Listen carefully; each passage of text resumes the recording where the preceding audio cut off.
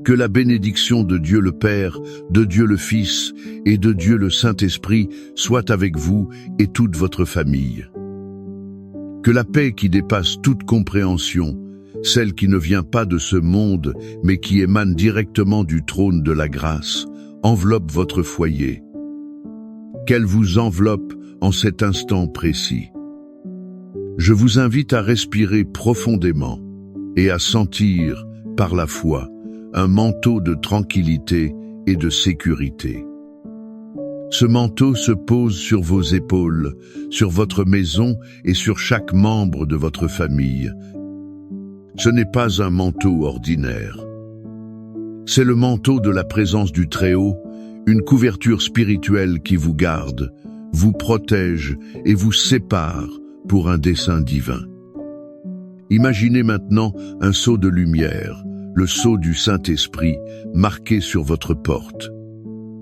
C'est un signe que ce foyer appartient au Seigneur, un territoire sacré où le mal ne peut prévaloir.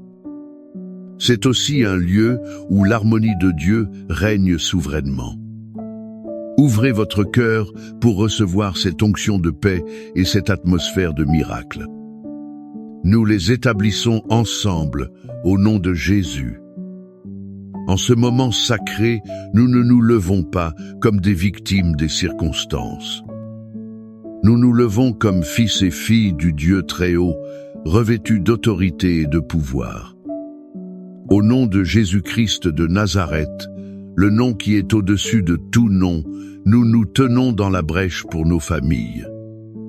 Nous déclarons que notre maison est la maison du Seigneur, un lieu de refuge et de bénédiction. C'est pourquoi, avec l'autorité qui nous a été conférée, nous brisons toute parole de malédiction, toute peste héréditaire et tout décret maléfique. Ceux-ci ont été lancés contre notre lignée. Nous annulons dans le monde spirituel toute sentence de divorce, de misère, de maladie et de discorde. Nous brisons maintenant, par le pouvoir du sang du Christ, tout esprit de division qui tente de semer la discorde. Il s'agit de la discorde entre mari et femme, entre parents et enfants et entre frères. Nous réprimandons et ordonnons que se retire toute force de rébellion, de dépendance, de confusion mentale et de désespoir. Ces forces ont attaqué nos enfants et nos êtres chers. Nous déclarons que les chaînes tombent à terre. Les bandeaux des yeux sont retirés. Nous proclamons la liberté des captifs et la restauration complète sur chaque domaine de notre vie familiale. Nous couvrons nos esprits, nos cœurs, nos finances et notre santé du précieux sang de l'agneau. Nous décrétons qu'aucune arme forgée contre notre famille ne prospérera. La victoire est nôtre en Christ Jésus. Maintenant, je voudrais vous inviter à calmer votre esprit et à voyager avec moi. Nous allons vers l'un des passages les plus touchants et révélateurs de toute l'Écriture.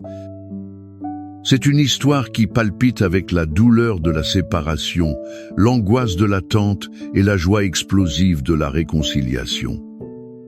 C'est l'histoire racontée par Jésus, trouvée dans l'Évangile de Luc, chapitre 15.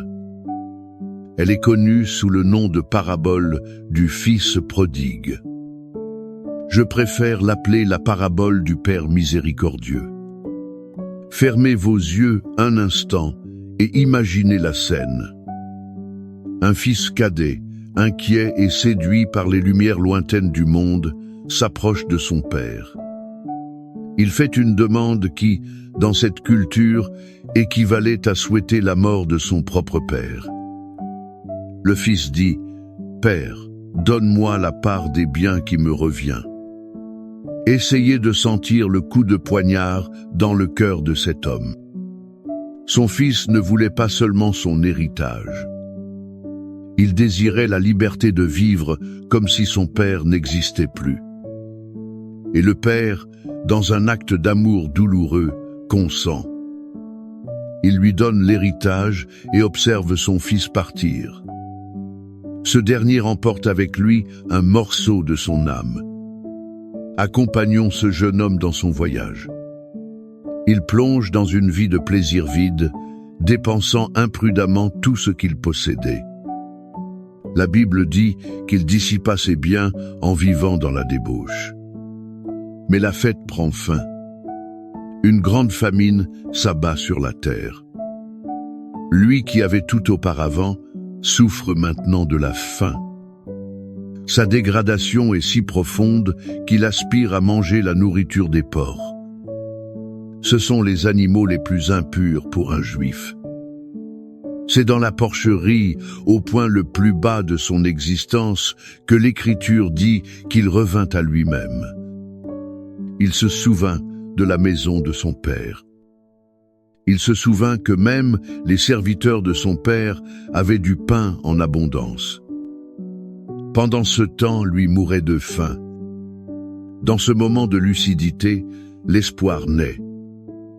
Pendant ce temps, de retour à la maison, imaginez le père.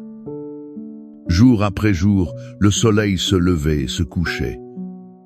Il montait au point le plus élevé de sa propriété, forçant sa vue sur la route poussiéreuse. Il espérait, il languissait d'apercevoir la silhouette familière de son fils. Ses amis et voisins le conseillaient probablement d'oublier, d'abandonner. Mais le cœur d'un père n'abandonne pas. Il espérait contre toute espérance. Et puis, un jour, il le voit. La Bible dit, comme il était encore loin, son père le vit et fut ému de compassion. Il courut se jeter à son cou et l'embrassa. Observez la beauté des détails. Le père n'attendit pas. Il courut. Dans cette culture, un homme de sa position ne courait pas. C'était considéré comme indigne.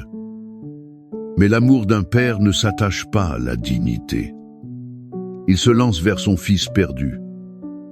Il ne posa pas de questions, ne fit pas de sermon, n'exigea pas d'explications. Il l'embrassa et le couvrit de baisers, masquant la honte et l'odeur de la porcherie avec le parfum du pardon. Il ordonna qu'on apporte la plus belle robe, un anneau pour son doigt et des sandales pour ses pieds. Il restaura ainsi complètement son identité de fils. Et il fit préparer une fête, car mon fils que voici était mort, et il est revenu à la vie. Il était perdu, et il est retrouvé. Quelle profonde leçon pouvons-nous tirer de cette histoire pour notre famille aujourd'hui? La première et la plus puissante est l'amour de Dieu pour vous et votre famille est inconditionnel et inlassable. Peu êtes-vous sentez-vous comme le Père, le cœur brisé par un fils ou un être cher qui s'est égaré. Sachez que le Père céleste comprend votre douleur et qu'il n'a pas abandonné. Il continue, les bras ouverts, à attendre. Ou peu êtes-vous identifiez-vous au Fils, vous sentant perdu, sale et indigne de revenir. Écoutez la voix du Père aujourd'hui. Peu importe jusqu'où vous êtes allé, il y a toujours un chemin pour rentrer à la maison. Son amour est plus grand que votre erreur. La deuxième leçon est la force transformatrice du pardon pour la restauration familiale. Le Père n'a pas gardé rancune. Il n'a pas dit « je te l'avais dit ». Son pardon fut immédiat et complet. C'est ce pardon qui a ouvert la porte à la guérison et à la célébration. Combien de familles sont aujourd'hui brisées non par l'absence d'amour, mais par la présence d'amertume et un manque de pardon? Quel premier pas pouvez-vous faire aujourd'hui pour libérer le pardon? Courez vers quelqu'un de votre famille, même si vous n'êtes pas le coupable. Cette histoire du Père qui attend, qui protège l'honneur du Fils et le restaure, nous mène directement au cœur de notre Père céleste. Ses promesses de protection et de soins sont enregistrées dans sa parole. Elles sont un testament éternel de son amour pour nous. Le psaume 91 est l'hymne de la protection divine, la déclaration que, sous les ailes du Père, nous trouvons un refuge sûr. Le psaume 23 est la confirmation qu'il est notre berger. Il nous guide, nous pourvoit et nous accompagne dans toutes les vallées de la vie. Je veux vous inviter maintenant à refermer vos yeux, à respirer profondément et à recevoir ces mots. Recevez-les non pas comme un poème ancien, mais comme une promesse vivante et active de Dieu sur votre maison. Recevez le psaume 91 comme la muraille de feu de Dieu autour de votre famille. Celui qui demeure sous l'abri du Très-Haut reposera à l'ombre du Tout-Puissant. Je dirai du Seigneur, il est mon Dieu, mon refuge, ma forteresse, et en lui je me confierai. Car c'est lui qui te délivre du filet de l'oiseleur et de la peste pernicieuse. Il te couvrira de ses plumes et tu te réfugieras sous ses ailes. Sa vérité te servira de bouclier et de rondache. Tu ne craindras ni les terreurs de la nuit, ni la flèche qui vole de jour. Tu ne craindras ni la peste qui marche dans les ténèbres, ni la contagion qui ravage en plein midi. 1000 tomberont à ton côté et 10 000 à ta droite. Mais cela ne t'atteindra pas. De tes yeux seulement tu regarderas et tu verras la rétribution des méchants. Car tu es mon refuge, ô Éternel. Tu as fait du Très-Haut ta demeure. Aucun malheur ne t'arrivera, ni aucun fléau n'approchera de ta tente. Car il ordonnera à ses anges à ton sujet de te garder dans toutes tes voies. Ils te porteront sur les mains, de peur que ton pied ne heurte une pierre. Tu marcheras sur le lion et sur l'aspic, tu fouleras le lionceau et le serpent. Puisqu'il m'aime, je le délivrerai. Je le protégerai, car il connaît mon nom. Il m'invoquera, et je lui répondrai. Je serai avec lui dans la détresse. Je l'en délivrerai et le glorifierai. Je le rassasierai de longs jours, et je lui ferai voir mon salut. Père bien-aimé, basé sur ta parole infaillible et la révélation de ton cœur de Père, nous nous unissons dans la prière en ce moment. Nous te remercions, car le Seigneur n'est pas un Dieu distant. Il est un Père qui court à notre rencontre, qui nous embrasse et nous restaure. Seigneur, nous te présentons chaque famille connectée à cette prière. Tu connais les larmes secrètes de chaque père et de chaque mère qui implore le retour d'un enfant égaré. C'est comme le Fils prodigue. Père, nous te demandons, au nom de Jésus, que où que se trouvent ces fils et filles, qu'ils puissent revenir à eux-mêmes. Que le souvenir de l'amour du foyer et de l'amour du Père Céleste inonde leur cœur. Qu'il les pousse sur le chemin du retour. Nous déclarons que les mauvaises compagnies sont brisées, que les addictions sont rompues et qu'ils rentreront chez eux en sécurité. Nous prions aussi pour les mariages qui affrontent des tempêtes. Pour le mari et la femme qui ne peuvent plus communiquer, qui vivent sous le même toit comme des étrangers, nous implorons un miracle de réconciliation. Déverse ton baume de guérison sur les blessures, enlève tout orgueil, toute amertume. Restaure le premier amour. Que chaque couple puisse redécouvrir la joie de l'unité et de la camaraderie que le Seigneur a planifiée. Nous implorons la paix entre frères, la guérison des relations brisées entre parents et enfants. Là où il y a le silence, qu'il y ait le dialogue. Là où il y a la douleur, qu'il y ait le pardon. Seigneur, comme promis dans le psaume 23, nous déclarons que tu es notre berger. Rien ne nous manquera. Pourvois à chaque famille. Ouvre les portes de l'emploi, multiplie les ressources financières. que le pain ne manque jamais sur la table. Que la prospérité du ciel se déverse sur chaque foyer, non pour un enrichissement égoïste, mais pour que nous soyons une bénédiction dans ton royaume. Nous prions aussi pour la guérison physique et émotionnelle.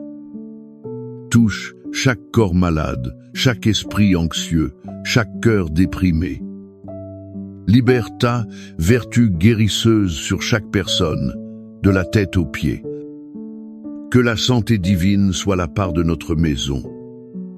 Je vous invite maintenant, avec foi, à écrire le nom de votre famille ou votre demande spécifique dans les commentaires.